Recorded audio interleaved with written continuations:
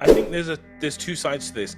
One is anytime you want to do anything, there's always going to be an element of motivation, there's going to be an element of ability, and then there's going to be an element of environment.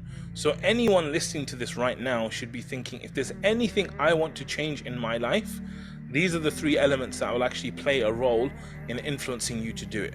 One is motivation, one is ability, and one is environment. So motivation is like, do I actually feel like doing this? Do I actually want to do it? Ability is like, can I actually do it? Like, do I have the ability to actually do this? And then the environment is the tweaking of the actual environment that you're in, right? So when it comes to this stuff, firstly, I would just like make sure that I have the motivation to sleep early, because sometimes what happens, especially with sleep, is that you feel like staying up. Okay, so the motivation is not so much there to go to sleep. You're like, yeah, I know I should go to sleep, but I actually feel like staying up. Imagine that there's a pregnant woman who drinks alcohol, right? Someone who's addicted to alcohol, addicted to smoking or something like that. When she has the feeling of having a baby, like that feeling is overpowering the desire to drink alcohol.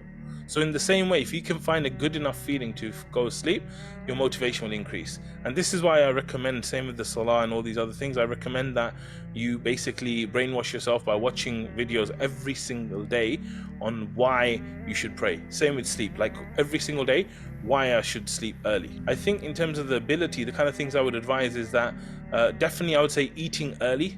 This is one of the secrets to going to sleep early. If you have a meal at 10, like some of us Asians, we eat at like 10 p.m., right? Which is a crazy time. If you eat at 10 p.m., you know, you're not going to go sleep before midnight. But if you eat at 5 p.m., you know, by 7 o'clock, 7:30, your food is digested. You're in a good place to actually have a high quality sleep. So I think there's this whole thing around making sure that you eat early. Another thing I would say, ability-wise, is having rituals. So having good rituals to reduce basically stress, to get you ready to go asleep and make sure that you're in the perfect place. There's this thing I was looking at actually this week, and he was talking about a rule, and he said when it comes to sleep, he said I use the 10-3-2-1-0 rule. 10-3-2-1-0 rule. And he says, what is this? He says no caffeine 10 hours before sleep. Okay, so he's having no caffeine, no coffee, no tea, nothing.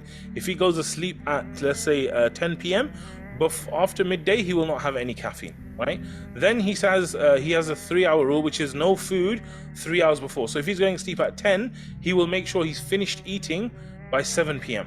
And then he said there's also this other rule where 2 hours before he will not do any work. So if you're going to sleep at 10, by 8 o'clock, you're not allowed to do any other work. You know, like some of us, especially entrepreneurs, we're on laptops and this, that. No, 2 hours before, you don't. And then 1 hour before, no electrics, no screen. And then the last thing I would say is that environment, I think, plays a big role. So having the right kind of environment for yourself, and that could be in terms of people, that could also be in terms of lighting and darkness and curtains that close. So there's a whole load of stuff that you can do to optimize the environment for sleep as well.